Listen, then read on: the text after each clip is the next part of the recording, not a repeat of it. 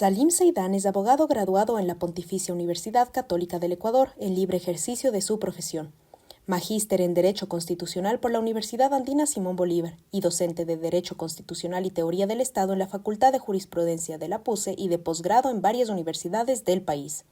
Es autor de los libros Neoconstitucionalismo, Teoría y Práctica en el Ecuador, El procedimiento legislativo en la Asamblea Nacional del Ecuador y Sistematización temática de la jurisprudencia de la Corte Interamericana de Derechos Humanos, además de varios artículos de derechos humanos y derecho constitucional. Recibió el premio Jorge Zavala Vaquerizo de la Federación Nacional de Abogados del Ecuador en 2019. Además, fue parte del directorio del Colegio de Abogados de Pichincha y miembro del Instituto Iberoamericano de Derecho Constitucional en la sección Ecuador.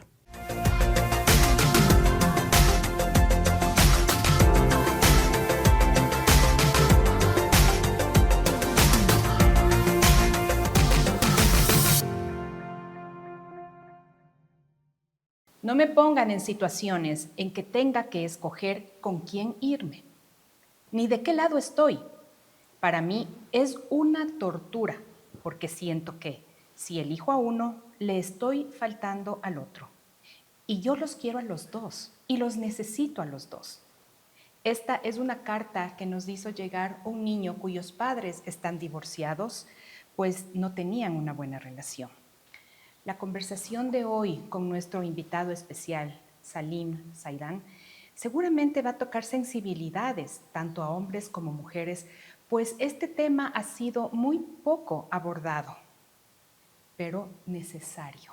Va a ser una charla que ayude a muchas personas, tanto hombres como mujeres. Salim, muchísimas gracias por haber aceptado nuestra invitación. Es un honor conocerte y charlar contigo esta tarde.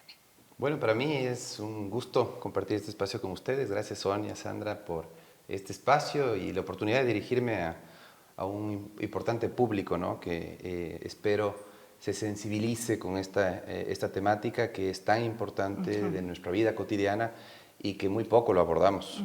Y cuando lo abordamos, no lo abordamos con la seriedad y la profundidad que requiere, ¿no? Los niños son parte de nuestros grupos de atención prioritaria, así están descritos en la Constitución, pero en la vida cotidiana no siempre tienen ese lugar que merecen. Así es, efectivamente, y tal vez se ha abordado desde el punto de vista de la madre y muy poco abordado desde el punto de vista del padre o de los derechos del padre. Salim, bienvenido, y quisiera saber desde cuándo te sensibilizas tú con el tema de los hombres, especialmente relacionado con el tema de los padres. ¿Cuándo empieza tu lucha por esta causa?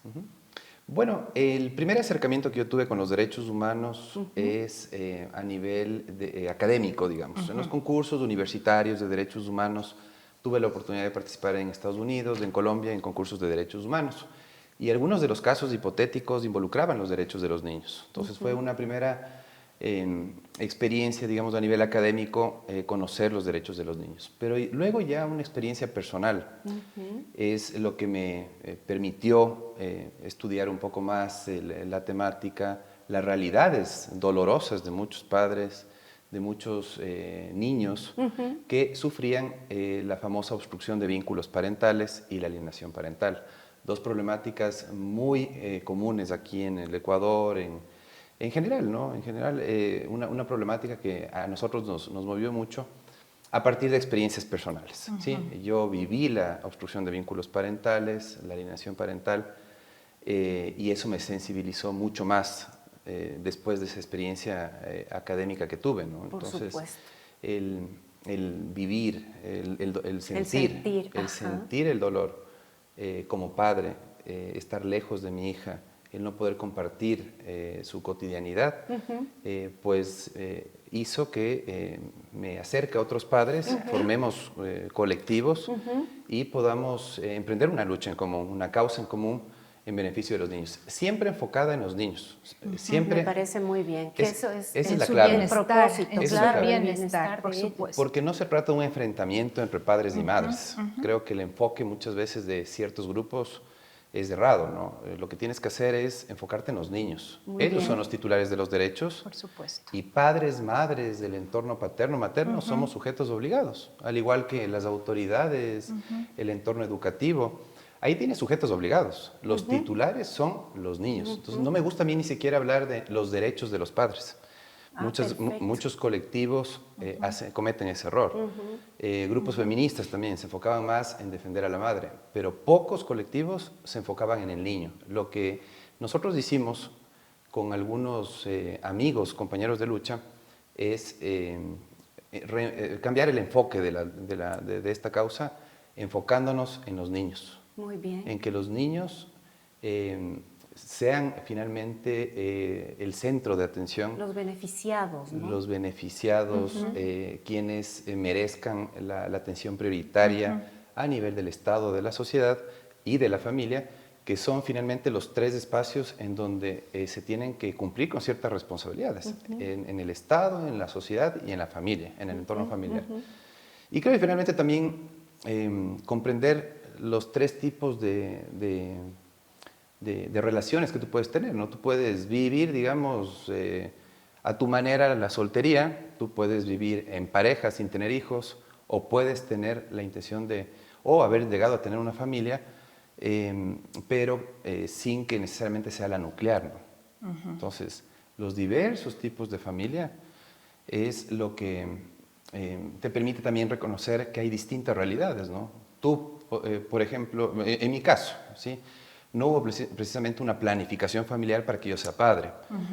Por circunstancias, yo llegué a ser padre de una niña a la que yo amo. Tiene 13 años mi chiquita, Isabela. Bueno, no tan chiquita. Ya está señorita. Para ti siempre será. Pero el privilegio que me dio mi muñeca de ser su padre, a mí me movió totalmente. Me cambió el mundo, ¿no? Me cambió el mundo y creo que me sensibilizó más por la distancia que yo tengo con ella, ¿no? La distancia, muchas veces digamos, geográficamente hablando, mi chiquita vive en Loja, o muchas veces también por circunstancias complejas que he tenido que enfrentar y que es una problemática que compartían otros padres también. Entonces, eso de unirnos con médicos, ingenieros, abogados, diseñadores que en su vida familiar sentían ese dolor de estar lejos de sus hijas, hizo que emprendamos esta lucha que nos tomó muchos años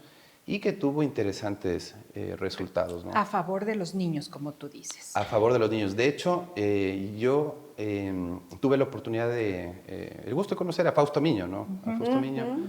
Recuerdo que me acerqué a él, le comenté que tenía problemas para ver a mi hija, que entendía que él pasaba por una situación similar y que podíamos unir esfuerzos, ¿no? Desde su experiencia, su formación, sus contactos, los míos, y sumar esfuerzos para ver qué podemos hacer, ¿no? Para cambiar esa... Pero por supuesto. Y el colectivo que fundamos con Fausto fue por amor a nuestros hijos. Decidimos no incluir en la denominación del colectivo la palabra padres, para que no se vea el enfoque en los padres, sino en los niños. Entonces, por amor a nuestros hijos, pretendía enviar ese mensaje a la sociedad de que los niños deben ser nuestro centro de atención y los padres, obviamente, lo que tenemos que hacer es cumplir nuestras responsabilidades. Por supuesto. En todo sentido, a nivel material y a nivel afectivo. Por supuesto que sí, por supuesto. ¿Y puede acudir a este colectivo cualquier padre que se vea en situaciones similares a ti? ¿Y cómo hacen? ¿Cómo deben hacer? Bueno, al final les preguntamos siempre cómo les pueden contactar, pero es importante hacerte esta pregunta en este momento. Sí, bueno, no estamos tan activos ya con Fausto en el colectivo, pero hay colectivos que sí, Coparentalidad de Ecuador, por ejemplo, Santiago Villarreal, es uno de los que más ha mantenido, ¿no? Han existido otros colectivos, pero sin duda con quien mejor nos hemos entendido siempre es por ejemplo, con Santiago Villarreal, ¿no? Perfecto. Él es un ingeniero en sistemas, exitoso profesional, pero extraordinario padre sobre todo. Me imagino. Entonces, es más fácil entenderte con un padre que comparte tu visión y que sobre todo... ha experimentado los mismos problemas que tú. Sí, que ti.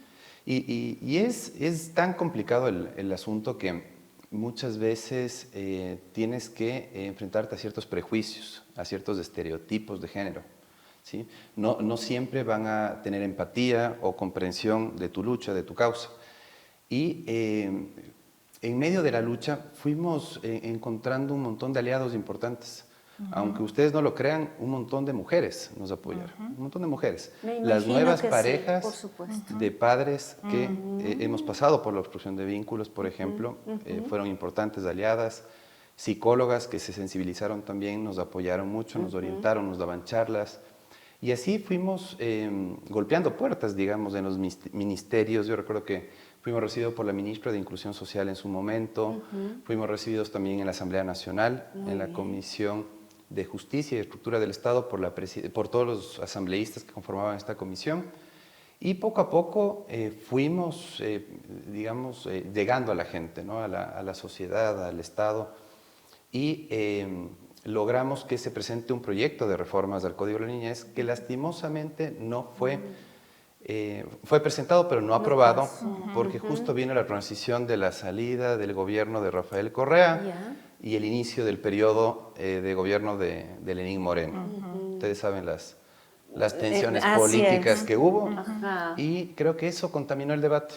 Lastimosamente el tema político contaminó el debate. Pena, porque no era un tema político, era un Para tema nada. de derechos Pero de por los niños. supuesto. Y perdimos la oportunidad, o perdieron, el Estado perdió la oportunidad de discutir esto con seriedad, con el valioso aporte de psicólogos, trabajadores sociales, padres, madres, que podríamos haber aportado, ¿no? Desde nuestra visión, desde nuestras experiencias, para que se construya un código de la niñez enfocado en los niños. Yo siento que no está enfocado en los niños el que tenemos ahora vigente, ¿no? Justamente, Salim, por ahí va mi siguiente pregunta. Actualmente, todas las leyes en lo que se refiere a paternidad de los niños benefician, favorecen únicamente a la madre. ¿Cuál es tu visión, Salim, como abogado? ¿Es esto justo? Lastimosamente el Código de la Niñez y Adolescencia, que fue aprobado me parece que en el 2003, ha tenido reformas solo enfocadas en las pensiones alimenticias. El gran problema es que tienes como 40 artículos que se dedican a regular las pensiones alimenticias y apenas tienes 4 artículos que regulan las visitas. Entonces hay una desproporción terrible. Yo siempre remarcaba esta desproporción de que el enfoque sea en las necesidades materiales y un descuido, una postergación total de las necesidades afectivas y los cuidados de los niños. Y el tema de la tenencia regulado con un sesgo, ¿no? Mira que existía una preferencia a favor de la madre para la custodia de niños menores de 12 años. ¿Sí? Afortunadamente, hace pocos años ya la Corte Constitucional declaró la inconstitucionalidad de dos frases de esas reglas que constaban en el Código de la Niñez que preferían a la madre en cuanto a la custodia de los niños. Ahora, en igualdad de condiciones, podemos disputar tanto, bueno, disputar entre comillas es un poco odioso el término, pero digamos que podemos solicitar, apelar, digamos. Sí, solicitar a un juez que te conceda como padre la custodia si tú tienes las aptitudes, acreditas comportamientos parentales en beneficio del niño, ¿no? Ahí te corto un segundito. Ok, acreditas tus aptitudes parentales, pero ahí no se verían afectados los derechos de la madre, es decir, tienes que buscar algo que vaya, que le ponga en contra, que le desacredite que ella no es una buena madre. Sabes que eso también hay que cambiar, y eso no se cambia con leyes, eso se cambia con políticas públicas, con campañas de concientización que tienen que desarrollar también las autoridades estatales, ¿no? Lastimosamente se enfocan más en leyes. La cultura de este país es pensar que con las leyes se cambian realidades, y yo creo que con políticas y campañas de concientización se hace mucho más, se tiene mayor impacto. Entonces, miren, por ejemplo, yo sí creo que en los procesos judiciales de tenencia, de la mal llamada tenencia, los niños no son cosas, entre paréntesis, es odiosísimo ese término. El término tenencia está en el Código de la Niñez. Así es. Desde ahí ya está errado. Totalmente, se tendría que reemplazar por cuidado, no sé, o custodia, ¿no? Pero esto de tenencia de los hijos definitivamente parecería que no es el término apropiado. En todo caso, esos procesos de la mal llamada tenencia se enfocan en desacreditar al otro progenitor. Claro. Y los abogados, mis colegas, muchos colegas, no todos, no quiero generalizar, pero algunos colegas incentivan a la prolongación de estos litigios, a la presentación de denuncias, de acusaciones mutuas, que hacen que se desgaste tanto la relación de padre y madre, que luego es complicado tener una comunicación fluida en beneficio de los niños, Pero ¿no? por supuesto. Y lo que considero yo es que la mala asesoría de ciertos abogados hace que tú te enfoques en desacreditar al otro progenitor en lugar de resaltar las cualidades que tú tienes, las aptitudes del tiempo del que tú dispones, la sensibilidad que tú has desarrollado para ejecutar tareas de cuidado, tal vez de mejor manera que la mamá. O quién sabe, la famosa custodia compartida puede ser la opción si es que están cercanos, próximos los domicilios, ¿no? Si son distantes, obviamente eso provocaría mucha inestabilidad, pero si es que son cercanos los domicilios, pues qué mejor que puedan compartir tareas de cuidado, que sea una tarea colaborativa la crianza de los niños. Y qué mejor para el desarrollo emocional del niño, como empecé esta charla leyendo esa carta, para ellos es fundamental contar con la presencia no solamente física, sino afectiva de ambos padres. Porque si bien es cierto, el matrimonio fue disuelto, ¿no?, por las razones que hayan sido, pero nunca termina tu papel de padre o de madre con el hijo. Entonces es fundamental que tengamos un cambio radical en todas estas leyes y que dejemos a un lado los intereses individualistas y pensemos única y exclusivamente en el daño que podemos hacer en la mente de un niño. Porque se ha visto comprobado, se ha visto que los niños, cuando por ejemplo los padres están divorciados y comparten la custodia, son niños completamente felices. Porque independientemente de que sus padres hayan encontrado una nueva pareja en sus vidas, lo cual están en todo su derecho, siguen siendo padre y madre para él o para ella. Sí, sabes que hay un autor, Rocco Quaglia, de la Universidad de Torino, que escribió un texto súper interesante del papel del padre en el desarrollo del niño. Fundamental. Y ahí lo que resalta es que madre y padre están en dos dimensiones diferentes, ¿sí?, en cuanto a afectos y relaciones, ¿sí?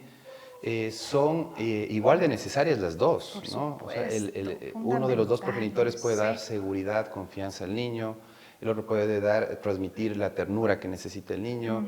En las distintas etapas del desarrollo, la figura paterna y materna son iguales, son fundamentales. Entonces, que el niño crezca con esos dos, el niño, la niña, crezca con esos dos referentes, ¿sí?, y con una relación fluida, armoniosa, con sus dos entornos, el paterno y el materno, es fundamental para que el niño crezca sano, feliz, ¿no es cierto? Y que pueda después formar una personalidad con una identidad, Que es lo más importante, transmitida por esos dos entornos. Entonces creo que es fundamental reconocer la importancia que tiene, la influencia que recibe el niño de ambos entornos y la importancia que tiene también la presencia del padre. No el padre periférico que esporádicamente está presente en la vida del niño, en la escuela del niño, en las actividades del niño, sino un padre presente, ¿no? Un padre presente. Lastimosamente, ¿cuál es la realidad? Tienes un montón de padres ausentes por obstrucción de vínculos parentales, padres ausentes por irresponsabilidad también, cuando lo óptimo es que el niño tenga padres presentes, una madre que también permita esa relación constante para que el niño pueda cumplir digamos, con tranquilidad, ejecutar sus tareas escolares, ¿no es cierto?, sus actividades extracurriculares, sabiendo que tiene a dos padres que lo respaldan, que lo acompañan en las distintas etapas, ¿no? Basados en lo que acabas de decir, Salim, ¿por qué crees tú que la sociedad juzga como que los padres no pueden hacerse cargo de sus hijos? Especialmente yo creo que más en el tema de, por ejemplo, si es papá y tiene una nena. Porque papá con un niño creo que sería un poco más fácil. ¿Por qué crees tú que eso sucede? Es lamentable. Yo creo que es muchas veces por la irresponsabilidad de ciertos padres, ¿no? Nos castigan a los demás. Es la triste realidad. Como ¿no? en todo, ¿no? Justos pagan por pecadores. Totalmente. Y yo creo que el Código de la Niñez está redactado pensando en ese tipo de padres irresponsables que existen, obviamente. Es una realidad que no podemos desconocer. Pero también creo que el Código debería facilitar el ejercicio responsable de la paternidad a quienes hemos desarrollado estas famosas nuevas masculinidades. Miren que el feminismo utiliza este término de nuevas masculinidades, ¿no? En que los hombres no tenemos ningún problema, no deberíamos tener ningún problema en demostrar que somos también sensibles, que también tenemos afectos que transmitir y que hemos desarrollado un sentimiento muy especial para nuestras hijas, ¿no? Para nuestras hijas, para nuestros hijos. Entonces sí es importante que se reconozca eso, para que el código de la niñez, las políticas que desarrolla el Estado, faciliten ese ejercicio responsable para quienes sí queremos estar presentes en la vida de nuestros hijos.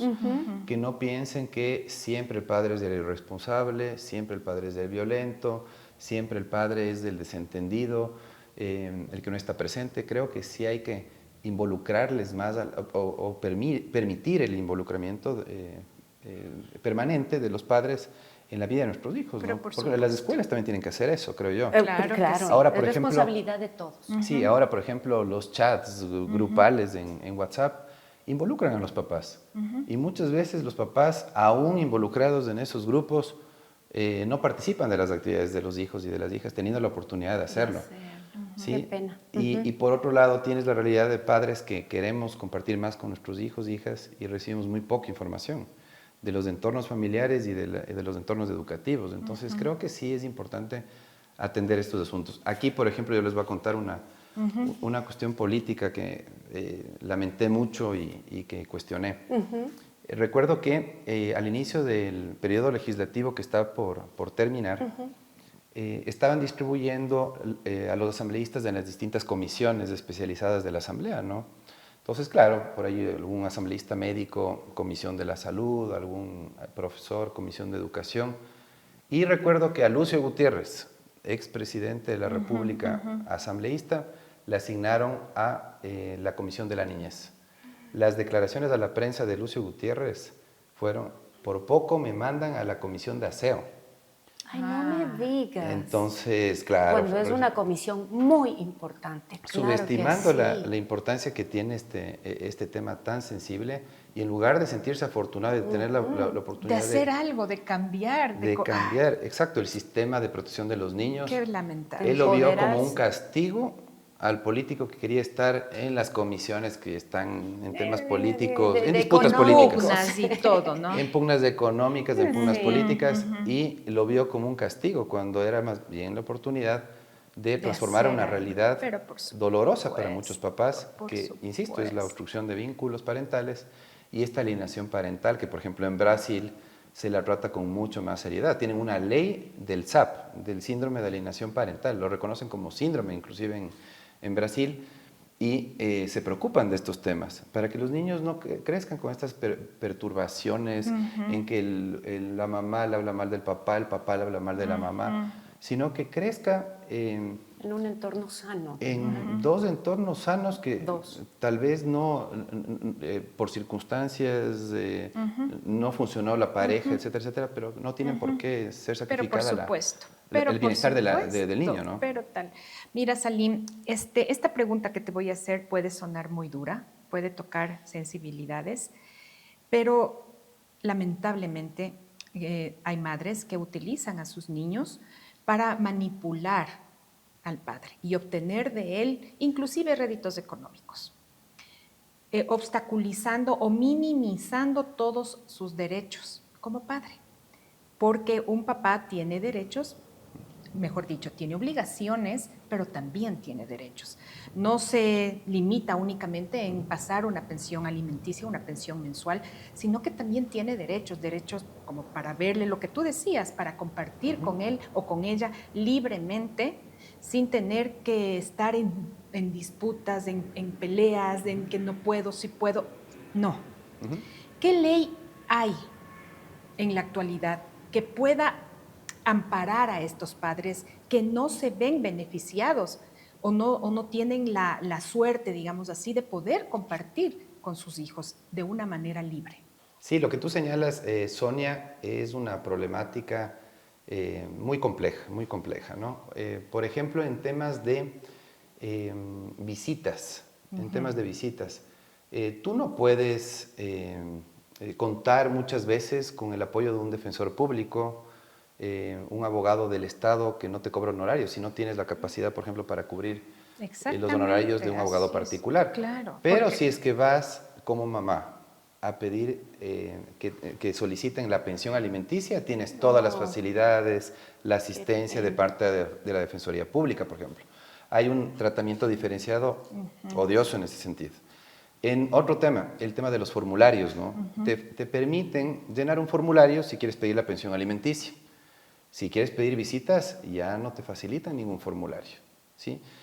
Por otro lado también, si tú tienes sospechas de que hay un desvío de lo recibido por parte de la madre, por ejemplo, por concepto de pensión alimenticia, que no se está destinando al bienestar del niño, qué sé yo, no se están pagando puntualmente las pensiones en la escuela y tú como padre has pagado las pensiones alimenticias puntualmente, has acreditado en la cuenta del SUPA, tú deberías tener la oportunidad de pedir una rendición de cuentas. Por supuesto. No está prevista la rendición de cuentas.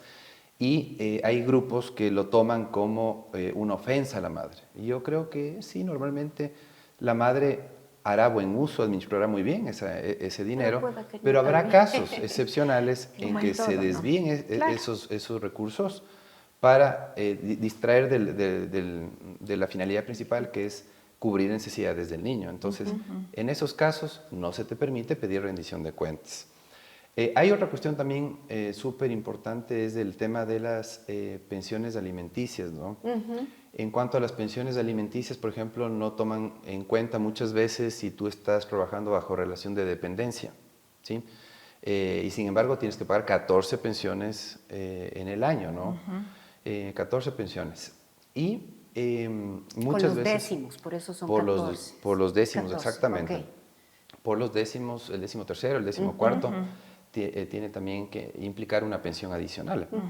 Entonces, muchas veces, por ejemplo, tú no recibes ese dinero y tienes que cubrir la diferencia, ver cómo cubres la diferencia tú en esos meses en que tienes que pagar el décimo, ¿no? Si es que tienes un negocio y no recibes 14 remuneraciones, tienes que pagar 14 pensiones igual. Entonces, hay un montón de distorsiones que no han sido corregidas, no ha existido voluntad política, especialmente en la Asamblea, para cambiar injusticias, ¿no?, que están plasmadas en el Código de la Niñez, tanto en el tratamiento de pensiones alimenticias como en el caso de visitas. Por ejemplo, otra realidad preocupante es, ¿qué pasa si es que la madre, ¿ya?, tiene una oportunidad laboral en otra ciudad o en otro país? Perfecto. Bueno, que se le notifica al padre para ver cómo coordinan las visitas. Las visitas, tal vez bajo otra dinámica, perfecto. Pero hay ocasiones en las que es solo mala fe. Es el afán de distanciar al niño de su padre, de su entorno paterno, y eso no se puede permitir. Entonces, creo que ese tipo de cuestiones sensibles tienen que tratarse justo con la participación de papás, mamás, que puedan aportar. Y un mediador tal vez sería importante, ¿verdad? Sabes que hay algunos centros de mediación expertos en temas de familia que podrían aportar muchísimo. Claro, antes de ir al juicio, a la pelea, claro. Esa es otra mala costumbre que yo siempre cuestioné, eso de judicializar los conflictos familiares, prolongarlos mucho y muchas veces el historial de papás y mamás en cuanto a juicios es enorme porque los abogados, en lugar de buscar los acercamientos, la conciliación, buscan este enfrentamiento judicial que no le hace bien al niño, ¿no? Claro. Entonces, deteriora más esa relación y esa comunicación que debe estar presente siempre entre papá y mamá.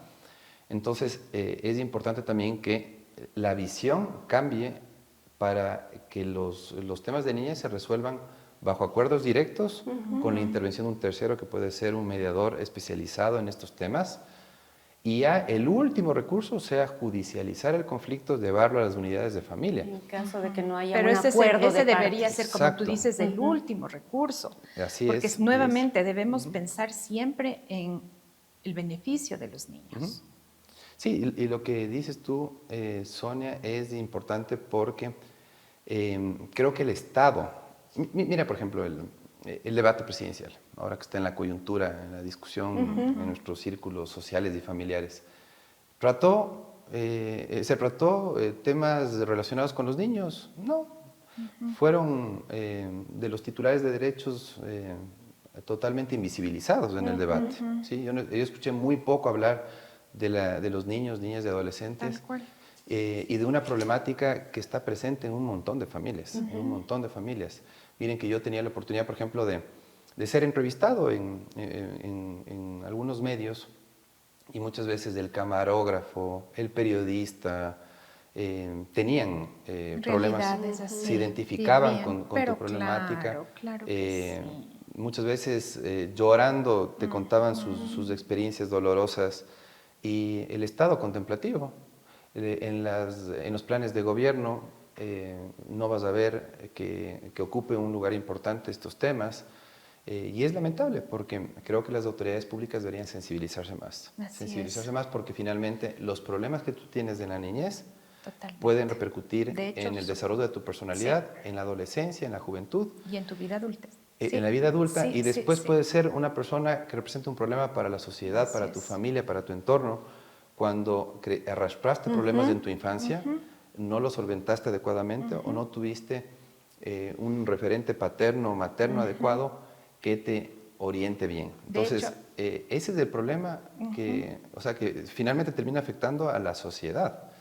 O sea, un niño que crece sin la figura paterna, que crece sin su madre o que crece en medio de ese conflicto, puede ser un problema en la adolescencia, en la juventud, y eso no se ponen a pensar las autoridades. Es súper lamentable eso. De hecho, te cuento, Salim, que nosotros hemos tenido aquí en nuestro programa a invitados que nos han hablado justamente del daño emocional que causan los conflictos entre padre y madre en la psique del niño.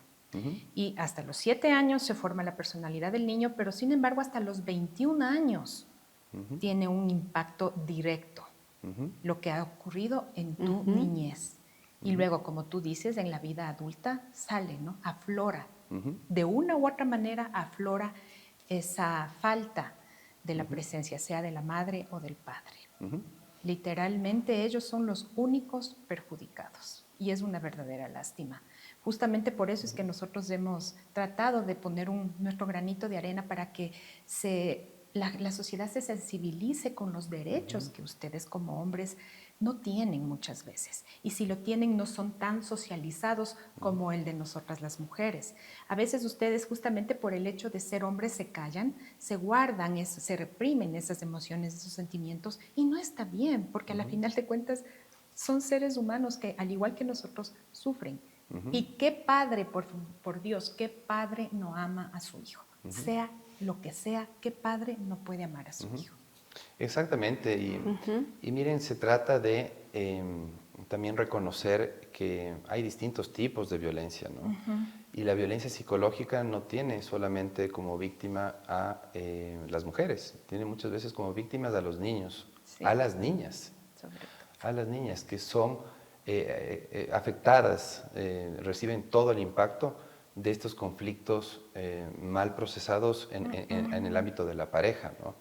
Y también, ¿por qué no decirlo, no? Los padres somos víctimas también muchas veces de violencia psicológica. Por supuesto. El que no nos permitan generar un vínculo paterno-filial con nuestras hijitas, nos afecta mucho, y creo que es un tipo de violencia que está totalmente invisibilizada, subestimada. Cuando tienes consejos de igualdad, tienes un montón de consejos de igualdad, consejo de igualdad de género, consejo de igualdad intergeneracional, y ni siquiera en esos consejos se preocupan por formular políticas públicas pensando en todos los actores, no solamente en uno. Entonces sí, hay una realidad indudable de violencia contra las mujeres, ¿sí? Debemos sentir empatía, protegerlas, sin duda, prevenir, erradicar la violencia contra las mujeres. Pero hay otros tipos de violencias que están totalmente invisibilizadas y que merecen atención de parte del Estado, de la sociedad, y muy poco se habla de ellas, ¿no? Claro que sí. Ahora, hay casos y casos, Salim, ¿no? Sí, ahora, sí. hablemos, por ejemplo, de un caso en que el padre es abusador, en que abusa emocionalmente, psicológicamente y hasta físicamente de su madre y de sus hijos. En estos casos, ¿no te parece también correcto que el niño sea alejado de su padre, pues no tiene ninguna figura paterna positiva que ver, sino que más bien es un peligro constante? que él tenga que vivir con un padre así. Si es que el padre ha actuado de manera violenta, especialmente con los niños o niñas, y es sistemático ese comportamiento, es reiterado. Se ha levantado información, por ejemplo, de las famosas oficinas técnicas de las unidades de familia, y se ha llegado a confirmar de que hay violencia, de que el niño está expuesto permanentemente a esa violencia. Pues sí, lo lógico es alejarlo al niño de ese peligro que representa Claro. el padre, ¿no? Sin embargo, también hay que tomar en cuenta que la violencia muchas veces se produce de parte de la madre, del hermano de la madre, del tío del tío materno, Claro. de la nueva pareja. Entonces, el niño puede estar expuesto a violencia de cualquier actor en los círculos familiares. Sí, totalmente. Y hay que detectarlos a tiempo. Por eso existen, por ejemplo, las famosas medidas de protección. ¿Sí? Son medidas preventivas para evitar que el niño o niña estén expuestos a esas situaciones de violencia.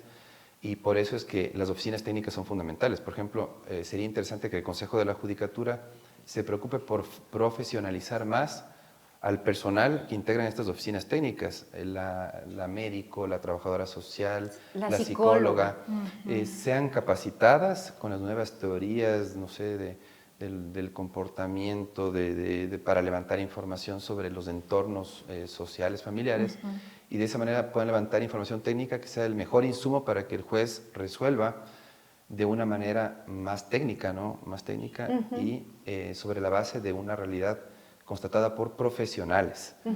El problema es que muchas veces también las oficinas técnicas no funcionan bien, no están integradas por el personal debidamente calificado y después entregan información con poco rigor técnico, digamos, a las juezas, a los jueces, y se resuelve en desmedro de los intereses de los niños, ¿no? Entonces sí es importante que existan juezas bien seleccionadas, ¿sí?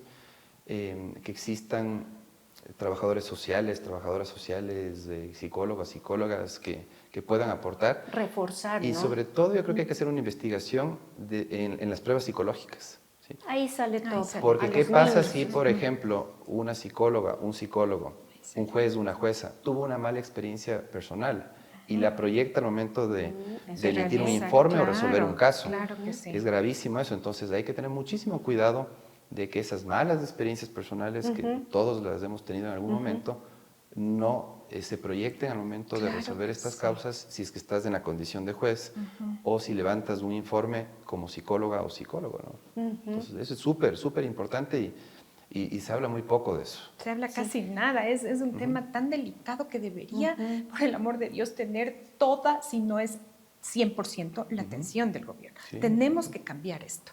Los niños tienen que ser protegidos desde todos los ámbitos posibles. Ellos no pueden estar en medio de pugnas, ellos no pueden estar en medio de tanta cosa que no les hace bien a su mente. Especialmente esto del tema de los psicólogos. Creo que es un tema súper importante, muy importante, en beneficio de todos. No solo del niño, porque si los padres están bien psicológicamente, por supuesto que los niños van a estar bien. Entonces sí debe ser reformada ese artículo a favor del más débil, del menos beneficiado que sería el niño. Yo creo que la estabilidad emocional de los progenitores, los comportamientos parentales, las aptitudes parentales deben ser la consideración principal. No asumir que, por ejemplo, una madre siempre va a estar en aptitud de criar mejor al niño. Puede ser que en ciertos casos o en muchos casos así lo sea.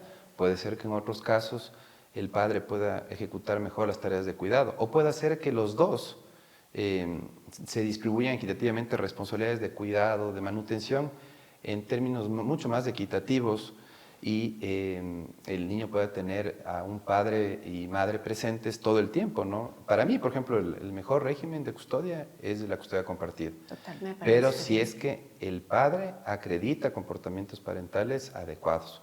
Porque si el padre es periférico, ausente, no creo que le va a hacer bien al niño. Y muchas veces tienen razón ciertos grupos feministas que en ciertos casos, muchas veces en ciertos casos los padres piden la custodia para no pagar pensiones alimenticias. Se puede dar, por supuesto. Se puede dar, pero hay padres, en cambio, que piden la custodia porque tienen más tiempo disponible, quieren involucrarse más en la crianza, en los cuidados de los niños.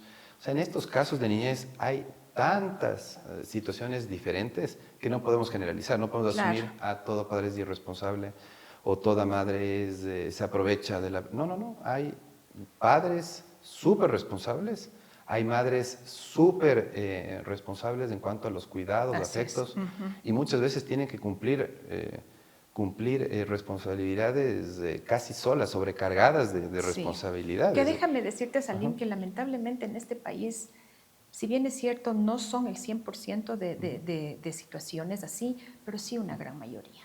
Sí, una gran mayoría. Y ¿sabes qué? También estaba pensando, sería lo ideal, por favor, padres, sería lo ideal que conversen, lleguen a un acuerdo. Y si yo como mamá sé que no estoy o no tengo la capacidad de poder cuidar a mi hijo y veo que mi padre sí, y que el padre de mi niño sí, entonces, ¿por qué no puedo cederle la custodia al padre? O al menos porque sé tenerla que es un compartida, ¿no? No, en el caso de que la madre no se sienta. No se sienta. Ajá. Okay. Y viceversa. Y, por supuesto, dialogando, llegando a un acuerdo. Si los dos, sin peleas, pueden llegar a la custodia compartida, qué mejor. Lo que hagas. Hagas lo que hagas. Hagas lo que hagas. Por fin me veo como yo quiero. Por fin tengo la energía para jugar con mis hijos. Por fin vuelvo a hacer deporte. Un simple procedimiento y seguir los pasos correctos te llevarán a alcanzar tu meta. Por fin vuelvo a verme al espejo. Por fin recuperé mi autoestima. Por fin me siento sano. 10 años de experiencia y más de 5.000 procedimientos bariátricos. Por fin estás a un paso de llevar una vida plena. Clínica Bariátrica Dr. Napoleón Salgado. Agenda tu cita.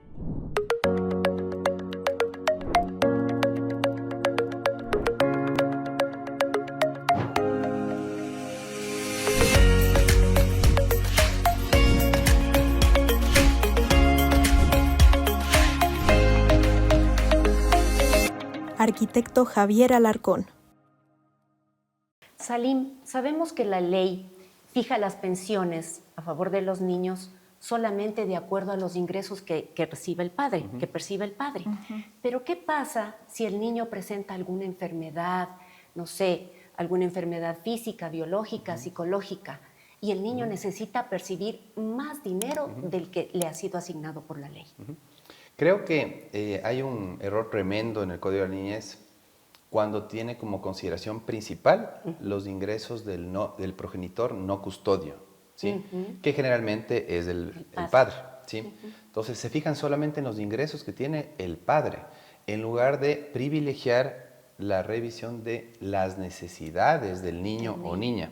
Y si tiene necesidades especiales, se trata de una niña, de un niño con discapacidad, por ejemplo, una niña, un niño autista, ¿sí? Merecen terapias, cubrir tratamientos especiales tal vez, que tú contrates una profesora sombra, por ejemplo, para que lo acompañe en ciertos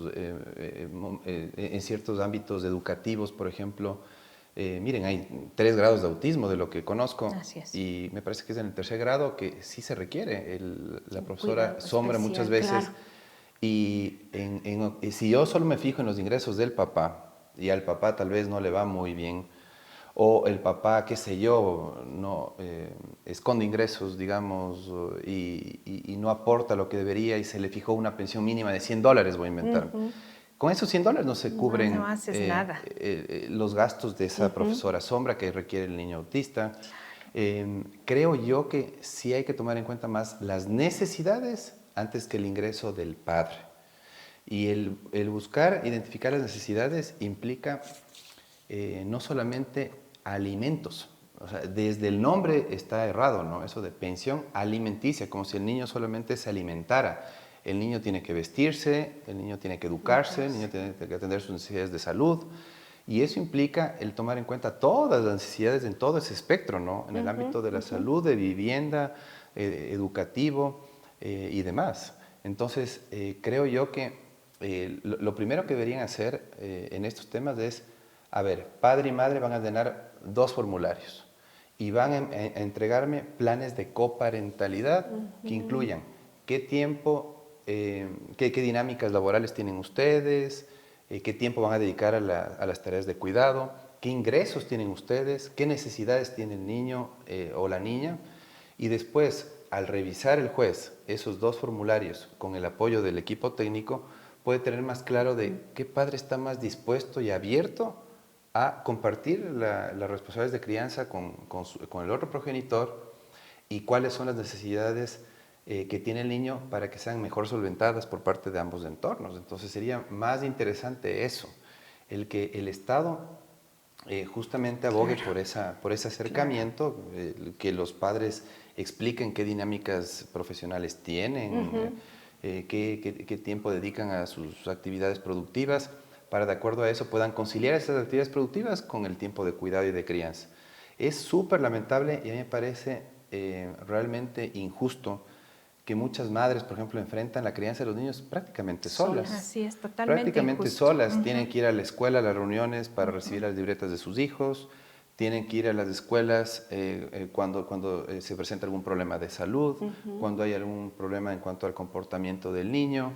Y muchas veces hay padres desentendidos que no conocen los problemas que está enfrentando el niño, las necesidades que tiene el niño, no se preocupan de actividades extracurriculares que les podrían ayudar mucho en el desarrollo de los niños. Entonces creo que sí es importantísimo que con este plan de coparentalidad que presenten los 2, se pueda ahí tener una idea más clara, de ver qué padre realmente se ha preocupado del niño, le conoce bien al niño, está dispuesto a entregar su tiempo conciliando el tiempo laboral con el tiempo familiar. Y creo que eso es fundamental. Miren, también hay otra cosa que tienen los españoles y no tenemos acá, es políticas para conciliar el tiempo de trabajo con el tiempo que dedicamos al hogar, a las tareas de cuidado, a las tareas sobre todo para compartir con la familia, ¿no? Entonces, claro, en muchas entrevistas, por ejemplo, lo primero que te preguntan es, ¿eres casado? ¿Eres casada? ¿Tienes hijos? ¿No tienes hijos? Y ustedes seguramente tendrán en su entorno alguna experiencia en la que la aspirante es, por ejemplo, la mujer, y lo primero que le preguntan es casada?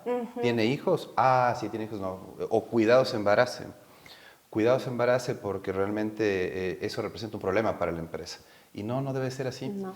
En instituciones públicas y privadas tienen que ser más sensibles, más empáticos con la situación familiar. Muchos de nosotros, por ejemplo, tenemos como prioridad a nuestra familia, ¿sí? Por sobre nuestro trabajo. Puede haber gente que esté más enfocada en el trabajo y en ciertas etapas de su vida estén enfocados en su crecimiento profesional, descuidando el hogar. Pero yo sí creo que tenemos que apuntarle a que las empresas, las instituciones públicas den facilidades a mamás y a papás para que dediquen tiempo para cuidar también a los niños. Que no sea una tarea exclusiva de las mamás, que sea una tarea en la que se involucren a los papás para que los niños puedan tener esos 2 referentes a lo largo de las etapas de su crecimiento. Y de esa manera también podamos tener familias más sólidas y niños más sanos, felices, que crezcan en entornos más seguros, sobre todo. Y con la presencia de padres, madres, ¿no? Ahora, por ejemplo, una problemática que a mí me preocupa muchísimo es que se delegan los cuidados. Se delegan muchísimo los cuidados, ¿sí? Está con el papá y realmente está con la abuela paterna. Está con la mamá en algunos casos y está con la tía, está con el tío o está con la empleada. Efectivamente, eso suele pasar. Cuando nosotros, obviamente, si tenemos ciertas etapas de nuestro entorno laboral en que necesitamos darle tiempo al trabajo, está bien.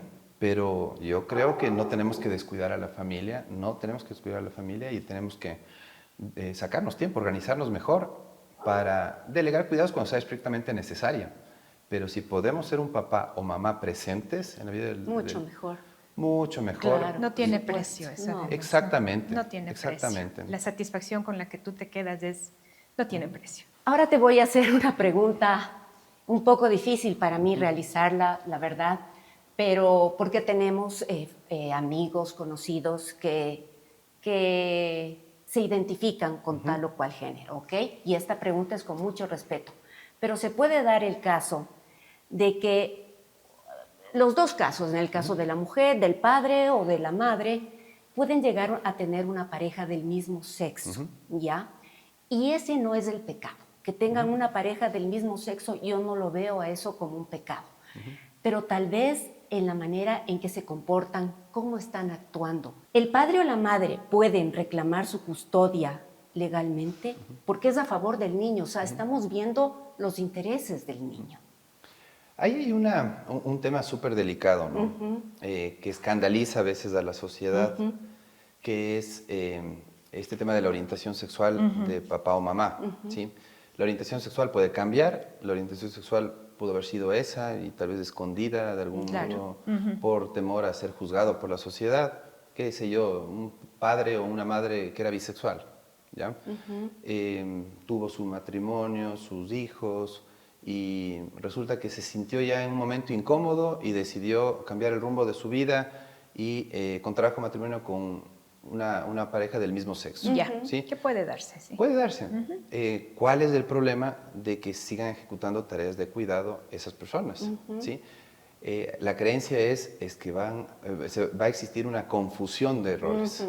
¿Sí? Bueno, preguntémosle a un psicólogo o a una psicóloga si existe tal confusión. Yo lo que he leído en textos especializados, no hay ninguna confusión. No. Así es. Y un padre gay, una madre lesbiana, ¿sí? Pueden entregar muchísimo afecto y amor, ¿sí? Y a veces mucho más que una pareja heterosexual. Perfecto. Entonces yo sí creo que esas visiones estereotipadas tienen que cambiarse, ¿no? Tienen que cambiar. Sí tenemos que evolucionar como sociedad. Yo sé que esto escandaliza a la sociedad. En eso tenemos que ser más tolerantes, más comprensivos. Creo que la autonomía personal supone escoger la orientación sexual y eso no puede ser determinante al momento de decidir quién es más apto para ejecutar tareas de cuidado y asumir la custodia. Perfecto. Miren lo que pasó en Chile. La sentencia del caso Atala Rifo versus Chile fue una sentencia que marcó un hito en la historia del Sistema Interamericano de Derechos Humanos, en la OEA. En este caso me parece que era jueza la mamá de dos niñitas, me parece, que perdió la custodia de sus hijas porque el papá señaló que no puede permitir que sus hijas crezcan viendo a dos personas del mismo sexo como pareja. ¿Sí? ¿Qué dijo la Corte Interamericana de Derechos Humanos? Que los prejuicios, los estereotipos no pueden ser la consideración al momento de decidir sobre la custodia. Muy bien. Que eso sería discriminatorio, sería avalar una discriminación. Es importante que se observe sobre todo qué comportamientos como padres o madres tienen con respecto a sus hijos. Eso es importante. Ahí debe estar el enfoque antes que en la orientación sexual. La orientación sexual no tiene que pesar, sino cómo se comportan como papás y mamás en relación a sus hijos. Muy bien. Entonces, la sentencia del caso Atala Rifo versus Chile, creo que es del 2012 esa sentencia, fue súper importante para... jurisprudencia, ¿verdad? Sí, totalmente. Y sabes que hubo otro caso, en cambio, Fornerón e hija versus Argentina, en que reafirmó ese criterio la Corte Interamericana de Derechos Humanos. En cambio, en este caso, por una realidad muy compleja que tuvo que enfrentar el padre biológico, ¿no? El padre biológico no sabía que era padre y me parece que le dieron en guarda provisoria, me parece que se llama en Argentina, a su hija, a una familia adoptiva. Me parece que es el escenario. Cuando el padre estaba dispuesto a asumir la custodia. Resulta que su pedido fue ingresado en la justicia, digamos, presentó la demanda, se demoraron un montón en la justicia argentina y después de años dijeron, qué lástima, no podemos atender su pedido porque su hija ya se acostumbró a su nuevo hogar, a su nuevo entorno. Qué doloroso. Así que le podemos dar visitas, me parece que era. Entonces, imagínense lo doloroso que fue para ese padre biológico, el querer asumir la custodia y el que la justicia argentina piense que por el solo hecho de ser padre no tenía las mismas aptitudes que la madre para criar. Entonces, dos casos súper interesantes en la OEA, en el sistema interamericano, en la Corte Interamericana, que pueden servirnos para mover conciencias, para llamar nuestra atención de que lo más importante es que los niños reciban amor, afectos, cuidados, tiempo, sobre todo tiempo de papá Tiempo y de mamá. calidad, ¿no? Tiempo de calidad, al margen de la orientación sexual, al margen del sexo, del género, Por supuesto. de si eres hombre, eres mujer, de si tienes una orientación sexual. Tu entrega a los hijos es lo que tiene que ser valorado. Por supuesto, entonces la que ley sí. nos estamos enfocando solo en el padre y la madre, nada más. Y en que se peleen y que gane el que más pelea. El que más no pelea, es y los así, niños. no Sí, debe ser así. totalmente. Y hoy por hoy, Salim, coméntanos, hoy por hoy, en la actualidad, ¿existe ya una ley o está por lo menos enfocada un proyecto de ley a salvaguardar los derechos de los hombres? En este sentido, en el sentido de que también no solamente tienen obligaciones, sino también tienen derechos, pero bajo una ley que les ampare. No, lamentablemente No no. existe todavía esa ley. No existe y no creo que se pueda aspirar a cambiar comportamientos con cambios normativos de leyes. Creo que es más importante, insisto, mover conciencias a través de políticas públicas en el Estado, ¿no? Miren, la política social es súper importante y les importa muy poco a la clase política. La clase política está preocupada por hablar de temas, yo sé que preocupan temas de seguridad, temas de trabajo, temas relacionados con la gobernabilidad. Esos fueron los ejes, por ejemplo, del famoso debate presidencial. Pero los temas de familia no se hablan. Al menos en el entorno político se habla muy poco de los temas de familia. Y de todos los actores. Qué irónico.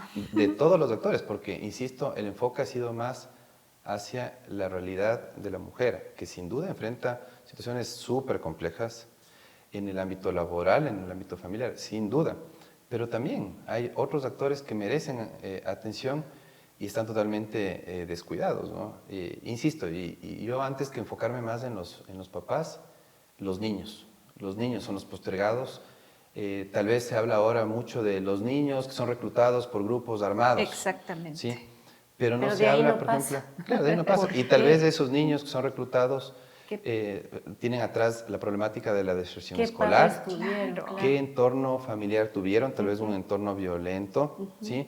Entonces, ¿Qué carencias emocionales? Entonces, el origen de muchos de los problemas que se discuten en temas de seguridad está por no haber abordado oportunamente problemáticas familiares que bien atendidas podrían evitar, prevenir que existan problemáticas complejas como la inseguridad. Totalmente de acuerdo contigo, Salim. Personalmente creo que ahí está la raíz del problema que hoy por hoy nuestro país está viviendo.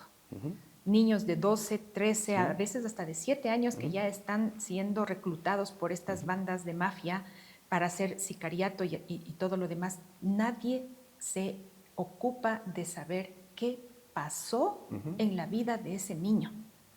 Y peor aún, a los 7 años, 10 años, meterles en una correccional. O sea, ¿qué esperamos como sociedad? ¿Por qué no hacemos algo para evitar que esos niños caigan en estas redes? Cuidar su salud mental. Para los políticos es muy fácil vender la idea a la ciudadanía de que la represión es todo, que aumentar las penas soluciona los problemas sociales, cuando tú lo que tienes es una sociedad violenta, muchas veces porque no se atienden adecuadamente los problemas en los entornos familiares. ¿Sí? Se habla de que la familia es el núcleo fundamental de la sociedad. No le prestan atención. Los políticos no le prestan la atención que merecen y muchas veces utilizan esto como una estrategia discursiva nada más para llegar a ciertos segmentos de la población. Miren, por ejemplo, esto de sugerir desde la comunicación política, sabes que tú como candidato tienes que ser enérgico y el momento en que te presentes en el debate tienes que ser visto como que frenas a un violento. Lo utilizan solamente como estrategia, no porque son sensibles, empáticos con las realidades que enfrenta, o la problemática social, familiar que enfrenta mucha gente. Pues los políticos no se preocupan de estos temas. Creo que ahí está uno de las grandes deudas que tiene la clase política de este país, el enfocarse en nuestros niños, ¿sí? Y el exigirnos mucho más a papás y mamás para que cumplamos, no solamente con el pago puntual de la pensión alimenticia, sino estando presentes en la vida de nuestros hijos, y eso que implica preocuparnos por los temas de la escuela, por los exámenes que rinden, por los problemas conductuales que presentan. Por cómo se siente tu niño por en cómo el día se a siente. día. Exacto. Entonces, ¿Qué le ocasiona tristeza? ¿Qué le ocasiona dolor? Estar más presente en esa parte del niño, no solamente, como tú dices, atender su parte, sus necesidades materiales, sino qué pasa dentro de tu hijo. Claro, la parte emocional es fundamental. Es fundamental y no hay una atención debida. Y creo también que es súper importante que se pida apoyo, ¿no?, a organismos internacionales. Tienes un montón de organismos internacionales que se dedican a proteger a los niños, niñas y adolescentes. Si no sabes cómo manejar esos temas, pide ayuda. Claro. O sea, aquí nosotros como gobierno pidan asesoría, que hay un acompañamiento técnico de esos organismos internacionales para que sepamos cómo enfrentar mejor esa problemática. Experiencias exitosas de otros estados. Miren, por ejemplo, en Chile, en España, hay buen manejo, un mejor manejo de los temas de niñez. Y creo yo que no se está, digamos, afrontando esta problemática con la responsabilidad que merece, ¿no? Y yo acotaría a lo que tú acabas de decir, Salim, que no solo es problema del gobierno, porque como sociedad no nos podemos lavar las manos. Así tampoco. es, totalmente. Ver algo como que a mí no me pasó, entonces, bueno, pues cerrar los ojos y no hacer ser pasivos ante esto. Así es, todos debemos juntar las manos y apoyar para el bienestar de nuestros hijos. Sí, saben que el tema social no se solventa con bonos, con subsidios y demás. Así es. Se enfrenta con políticas sociales, políticas sociales ausentes en muchos de los gobiernos, de los últimos gobiernos aquí en el país, y no se dan cuenta que ahí está el origen del problema. Muchas veces en la desatención de eso está el caldo de cultivo de problemas complejos que enfrenta la sociedad. Ojalá que la clase política sea más consciente. Muchas veces se enfocan mucho en la economía, en la seguridad, en la defensa, etcétera, etcétera, y descuidan, o en el comercio exterior, y descuidan totalmente el tema social. Y dentro del tema social, el tema familiar. Tener un equipo fuerte en esa área, fundamental. Lo que tú dices, Sonia, lo que decías tú, Sandra, creo que eso previene problemas en otros campos. Sí. Antes que estar enfocándonos o pensando que la represión es la solución. Claro que Creo que en este caso sería más bien una forma de tapar el problema momentáneamente y no solucionar el problema de raíz, que es lo que resulta mucho más efectivo, ¿no? Totalmente. Salim, te agradecemos, pues ha sido una conversación muy enriquecedora, especialmente porque yo veo que tú tienes una posición no solamente que beneficia o a favor de los padres, tal cual, sino a favor del niño, que eso es lo más importante. Y reconoces también la labor de las mujeres. Supuesto, o sea, no está sesgado solamente al lado de los papás. Eso es importante recalcar. Y les pedimos a nuestros oyentes, a nuestros seguidores, que corran la voz. Este ha sido un programa en el que pedimos a las autoridades, y no solo a las autoridades, como le dije hace un momento, sino a toda la sociedad, que cuidemos de la inocencia y del bienestar de nuestros niños. Y otra cosa más que quiero recalcar, la relación entre padres que están juntos todavía, que no se han separado, debe ser buena. Y mucho mejor la relación entre padres que están distanciados. Porque el primer amor que los hijos tienen es el primer amor que ven en los padres. Así es que, por favor, encarguémonos de que como adultos sepamos llevarnos bien para que así podamos encargarnos de mejor manera de nuestros hijos. Muy bien dicho, estamos completamente de acuerdo con eso, Sandra. Gracias por tu testimonio, realmente muy importante. Salim, coméntanos antes de cerrar el programa. Seguramente deben haber visto esta charla muchísimos hombres, muchísimos padres, que tal vez estén justamente pasando o atravesando un divorcio complicado, un divorcio doloroso, y que están siendo eximidos de ver y de disfrutar de sus hijos. ¿Tú puedes darles alguna asesoría? ¿Das ese tipo de servicio de acompañamiento a los padres si así lo requieren? ¿Y dónde te pueden localizar, Salim? Bueno, yo no patrocino causas de la niñez, y por una sencilla razón. Para mí fue súper desgastante, súper doloroso lo que tuve que vivir en mi experiencia personal, lejos de mi muñeca, de mi chiquita, de mi hija. Así que por esa razón, a pesar de que conozco, siempre refiero a colegas Muy bien. para que puedan recibir ese acompañamiento técnico que necesitan. Pero yo les diría a los papás que no se desanimen, que sean constantes, que estén presentes en la vida de sus hijos. Y eso implica no solamente comprarles cosas materiales, ¿sí? No implica solamente llevarles al centro comercial a tomar un helado, a comer un postre.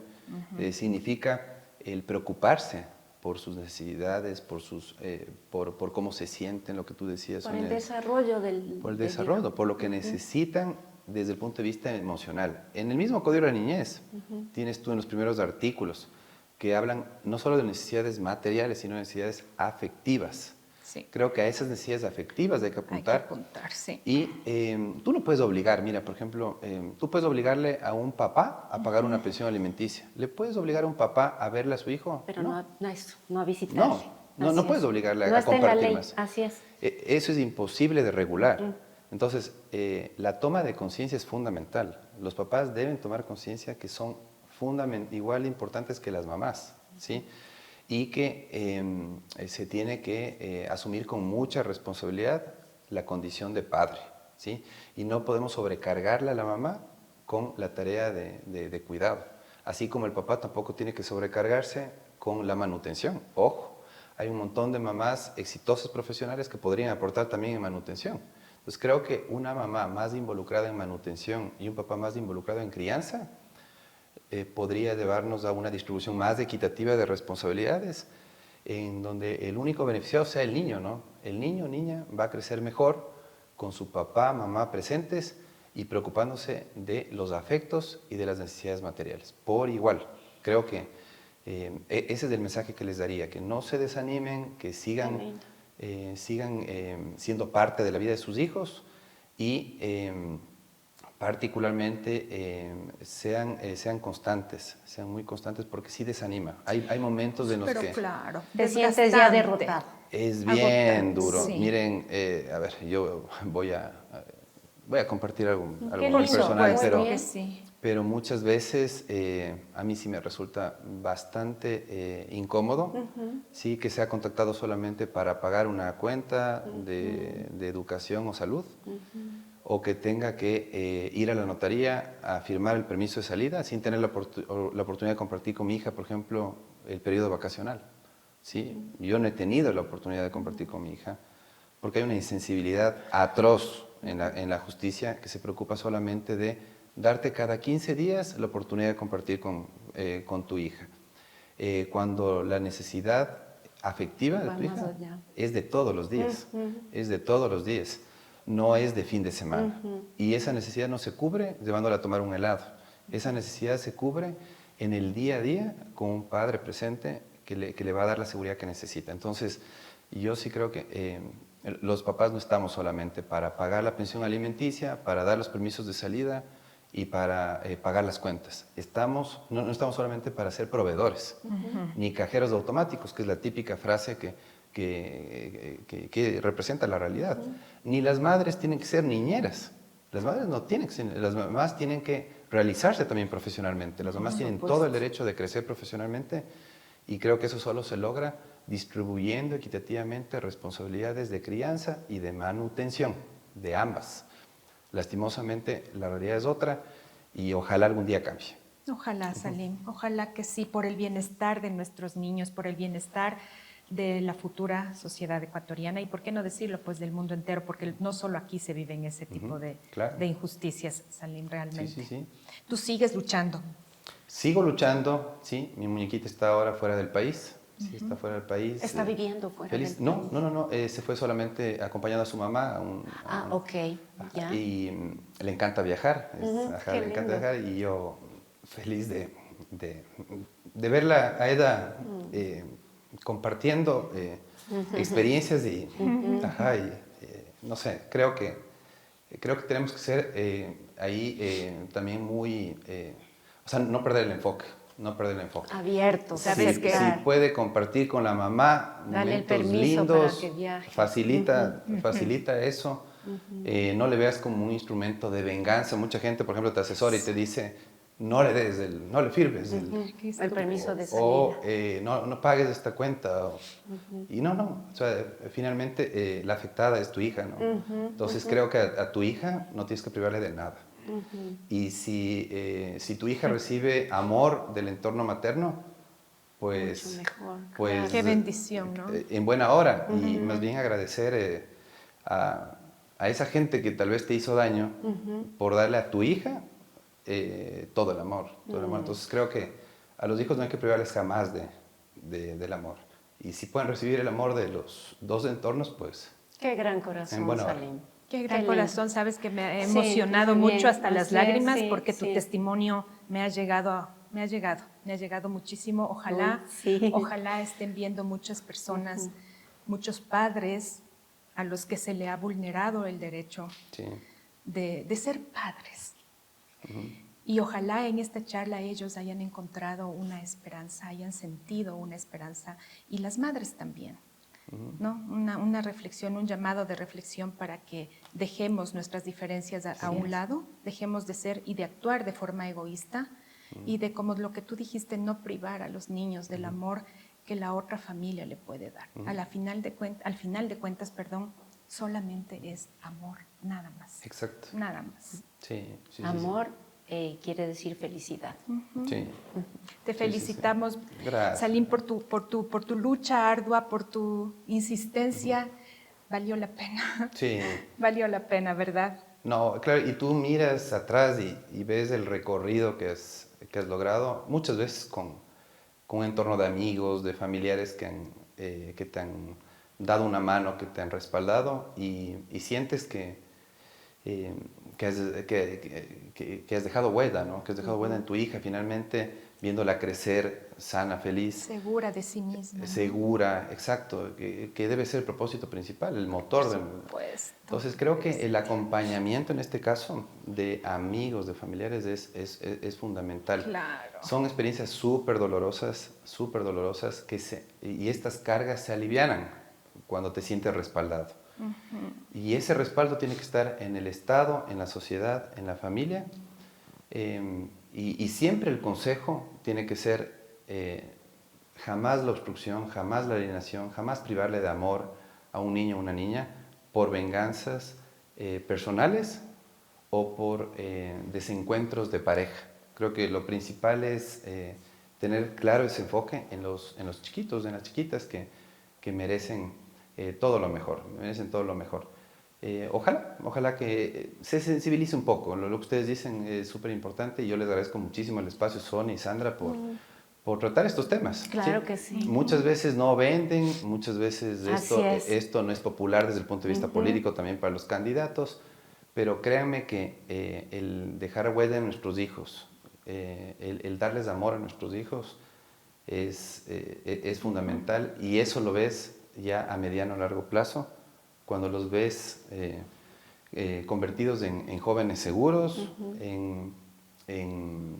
adultos productivos, ¿sí? Que vivieron una infancia tranquila, en paz, que es lo que debería movernos absolutamente a todos. Creo que ese es el mensaje final que quisiera darles. Muy bien, Salim, y cuenta con este espacio, cuenta con nuestra casa, cuenta con nuestro canal de YouTube también, y con nosotros sobre todo, para cuando tú necesites socializar algo a favor de los niños, a favor de los derechos del hombre, a favor de los derechos también de la madre, cuentes con nosotros, cuentas con este espacio, estaremos felices de volver a invitarte, de socializar lo que tú tengas, el mensaje que tú tengas que impartir, pues siempre pensando en los niños. Sí, gracias, Sonia, querida, y gracias, Sandra, porque realmente me sentí muy a gusto en este espacio. Muy a gusto en este espacio. Y acogido. Sí, totalmente. Y les felicito porque este espacio trata una diversidad de temas súper importantes que no siempre están en las agendas de los medios digitales, que ahora muchas veces tratan temas banales que, Así es. que no tienen la importancia que tienen estos temas. Creo que se preocupan mucho por por temas sociales, ustedes, y eso es digno de reconocimiento y de agradecimiento, ¿no? Sí, así que les estamos felices por muchísimo. eso. También. Gracias, Alim. Y con ustedes hasta el próximo miércoles a las 7 de la noche. Y no olviden suscribirse a nuestro canal, por favor. Hemos visto que tenemos muchos likes, pero no suscriptores, no tantos suscriptores, así es que les invitamos a que los hagan. Nos vemos. Nos vemos, amigos. Gracias. Bravo. Bravo.